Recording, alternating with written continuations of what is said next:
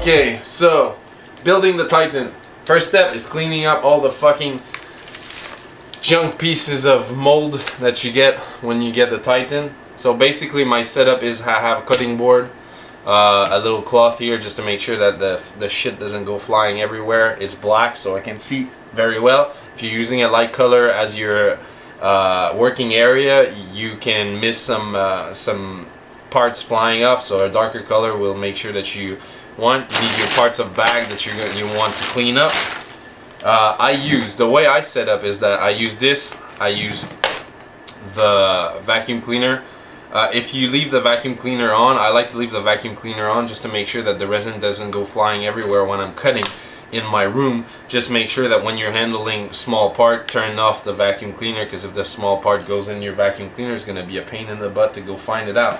I use also a Dremel that is handy, and I use a pair of clippers. And the last part, which is really important, I use my respirator, because this respirator has cartridge for the paint, and it also has a cartridge for particle flying. So this one gives me total protection when you're sending resin. Resin is really nasty for your lungs. You can use a normal dust mask, but I would still recommend using a mask like a 3M mask that has a higher rating than just a cheap ass dollar store mask, especially if you're doing a Titan. You're gonna be working a lot. I just did, but you're gonna see it as I'm working in the following segment. But I just actually finished doing all the legs, and it took me, let me check. So right now we are at it took me 30 minutes to clean up all the parts on the legs. So that's just taking out those parts in the flash. I didn't even clean it yet, so it does take some time. So if you have a good respirator or a good mask, you're gonna be fine. So let's move on into cleaning the whole Titan itself.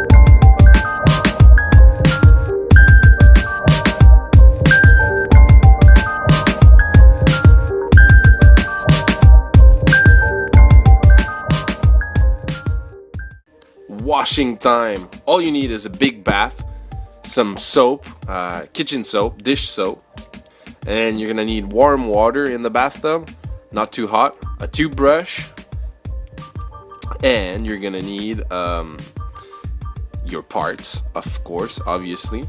And I used a little basket that you can see here with 2 rocks to weigh it down inside. So basically this is super easy. I use the basket to weigh down the parts, so I'll put all the small parts into it just so it doesn't go flying everywhere inside the bathtub, and we're just scrubbing everything away. A little trick I like to use when doing the cleaning, like you can see right now, is that I first of all I clean everything thoroughly, put them in the bath, and then once everything is clean, I add some soap to the water and I leave it stay there for a couple of hours. Also, the thing that I like to do with this is I like to I like to basically take my parts and separate them. So basically now I'm doing only the leg assembly. I'm not gonna do anything else. just to make sure that all my parts are still separated, and then I can work and know where my parts are, instead of just throwing everything in the bathtub and then after that I'm gonna actually have some parts and don't know from what part of the Titan they are, and it just makes it everything more complicated. By separating all my parts, I know exactly where I'm going.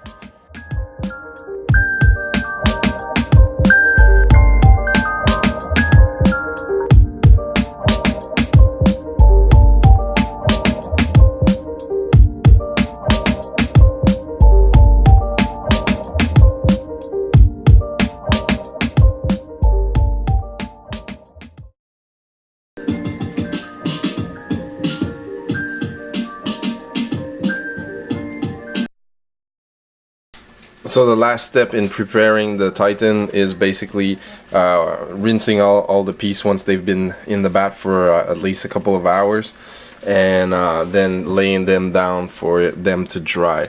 One last thing that I do like to do is that once I finished cleaning all the parts and I finished rinsing all the parts, I like to take the instructions, especially for a kit like that has a huge amount of parts, and I go through the whole list just to make sure that there's nothing missing, because Forge World have a nice tendency of having parts missing, and I do re-inspect all the parts just to make sure that they are all correct, and then that way I'll be able to know if there's one part that has, you know, that's broken or something like that, so I can make a list and call Forge World and see and tell them, you know, I need this, and this. So that's basically it. So I hope you enjoyed this first part, which is preparing your Reaver Titan to be built. I only showed the leg assembly, but basically it's the same thing for all the parts. Just want to compartmentalize, like I said previously. You want to, you know, just wash the legs, just so you don't throw all the parts in the bathtub, and then after that, if you throw all the parts in the bathtub, you're kind of fucked, because first of all, you're gonna get so many parts, and at the same time, you're gonna, you know, you might lose some parts, especially like the small parts here.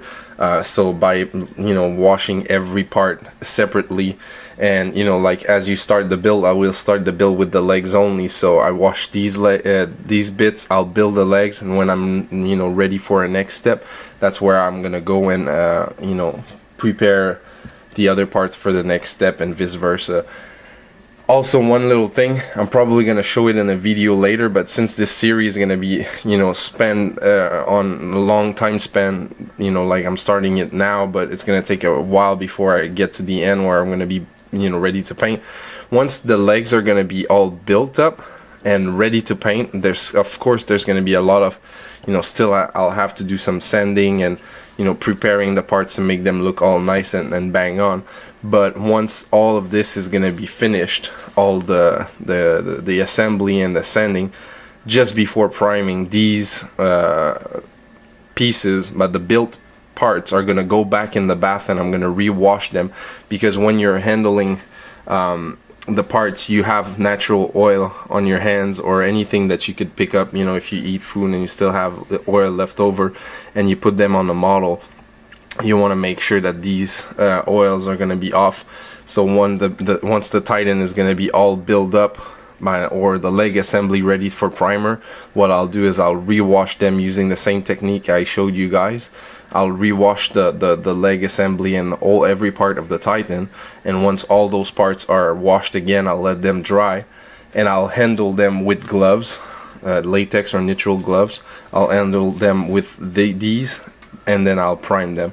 The simple reason is that you really don't want to have oil, especially on a big piece of kit like that has huge flat parts, especially if you're considering you know, like the shin guards or the carapace. They are big flat parts, so if there's a little bit of oil from your hands or anything there, and you actually paint over top, there's a good chance that they're still going to be chipping, even if it's not release agent from the mold itself, and you don't want that to happen, especially with a big kit like that.